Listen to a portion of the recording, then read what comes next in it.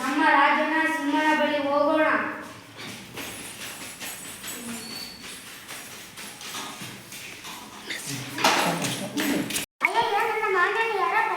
ಹೌದು ಹೌದು ಹೌದು ಹೌದು. ಏಕೆ ಗಲಾಟೆ?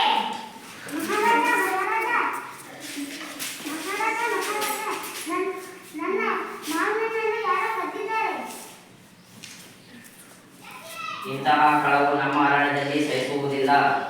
ಆದರೆ ತೀರ್ಮಾನಕ್ಕೆ ಮುನ್ನ ಎಲ್ಲರ ಮಾತನ್ನು ಕೇಳೋಣ.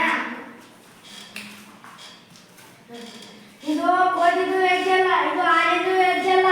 ಹೌದು, ನನ್ನ ಪಾದ ದೊಡ್ಡದು, ಅದು ನನ್ನದು ಅಲ್ಲ. ಹಾಗಾದರೆ ಯಾರದ್ದು? ಮಹಾರಾಜರೇ, ನನಗೆ ತುಂಬಾ ಹಸಿವಾಗಿತ್ತು, ಆಗ ಕೇಳದೆ ಮಾವಿನನ್ನು ತಿಂದೆ. ಕೇಳದೆ ತೆಗೆದುಕೊಂಡಿರುವುದು ನಿನ್ನ ಅಪರಾಧ.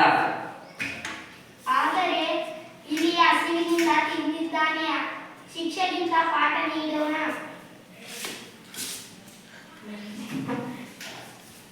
ಒಳ್ಳೆಯ ಎಲ್ಲ ಹಿಂದೆ ಮುಂದೆ ಪ್ರಾಣಿಗಳು ಹಣ್ಣುಗಳನ್ನು ಒಟ್ಟಿಗೆ ಕಟ್ಟಿ ಹಂಚಿಕೊಳ್ಳೋಣ. ಆದರೆ ಹಸಿವಾದರೆ ಕಳ್ಳತನ ಮಾಡಬೇಕಾಗಿಲ್ಲ.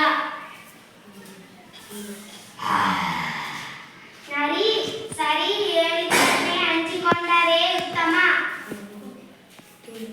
ಎಲ್ಲರಿಗೂ ಮಾವಿನನ್ನು ಹಂಚಿದರೆ ಯಾರು ಮಾವಿನಣ್ಣನ್ನು ಕಳ್ಳತನ ಮಾಡುವುದಿಲ್ಲ. ಹಂಚಿಕೊಂಡು ತಿಂದರೆ ಅರಣ್ಯವು ಸಂತೋಷವಾಗಿರುತ್ತದೆ.